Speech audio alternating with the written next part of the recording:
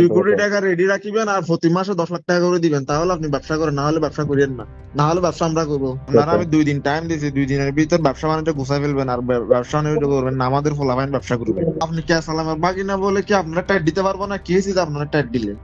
ঠিক এভাবেই চাঁদার জন্য হুমকি চলত চট্টগ্রামের শীর্ষ সন্ত্রাসী মোবারক হোসেন ইমন ওরফে ডেভিড ইমনের। ব্যবসায়ী কিংবা প্রবাসী মোবাইল ফোনে হুমকি দেওয়া হতো লাখ থেকে কোটি টাকা চাঁদার জন্য। এরপর নগদে সংগ্রহ করা হতো চাঁদাবাজি সেই টাকা। আর এই চাঁদার টাকা সংগ্রহের জন্য ছিল আবার এলাকাভেদে পৃথক ব্যক্তি। চাঁদাবাজির এসব টাকা হুন্ডি কিংবা ব্যাংক অ্যাকাউন্টের মাধ্যমে পাঠিয়ে দেওয়া হতো ইমনের কাছে। গত 13 জুলাই সোমবার 2 কোটি টাকা চাঁদার জন্য চট্টগ্রাম শহরের বাকুলিয়া অ্যাক্সেস রোডে ইন্টারনেট সেবাদানকারী প্রতিষ্ঠানে হামলা ও ভাঙচুর চালানোর অভিযোগ ওঠে ইমনের অনুসারীদের বিরুদ্ধে। অন্য আরেকটি ঘটনায় 20 লাখ টাকা চাঁদা না পেয়ে গত সোমবার সকালে চট্টগ্রাম সিটি কর্পোরেশনের দক্ষিণ পাহাড়তলী ওয়ার্ডের বড়দিঘিরপাড় এলাকায় এক ব্যবসায়ীর নির্মাণাধীন ভবনে হামলা ও ভাঙচুর চালানোর অভিযোগ ওঠে ইমনের অনুসারীদের বিরুদ্ধে। এই ঘটনায় মামলা হওয়ায় চাঁদার পরিমাণ বাড়িয়ে 20 লাখ টাকা থেকে 50 লাখ টাকা দাবি করা হয়।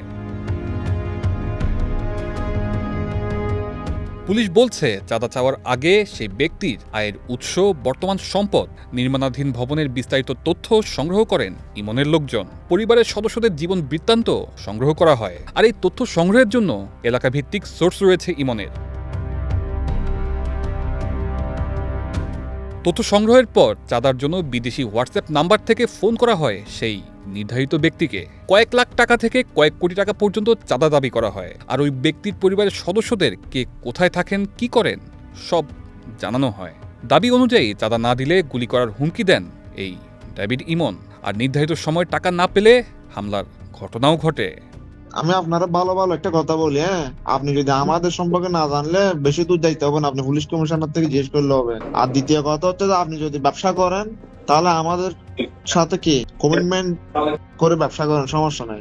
তবে বলা হয়ে থাকে অপরাধের একটা শেষ আছে, আর সেটাই হয়েছে ডেভিড ইমনের ক্ষেত্রে। গত বুধবার সকালে যশোর থেকে ভারতে পালিয়ে যাওয়ার পথে ইমনকে 3 সহযোগী সহ গ্রেফতার করে পুলিশ।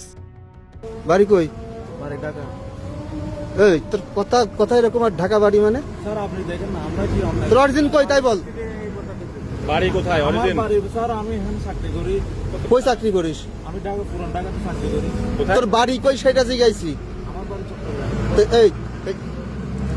এই লাঠি দে তো। মোবারক হোসেন ইমন থেকে নানা গলিপথ পেরিয়ে চট্টগ্রামের শীর্ষ সন্ত্রাসী ডেভিড ইমন। আপাতত এই ডেভিড ইমনের শেষ পরিণতি কি হয় সেটাই আসলে দেখার বিষয়। তানজিলুর রহমান তুষার, বৈশাখী সংবাদ।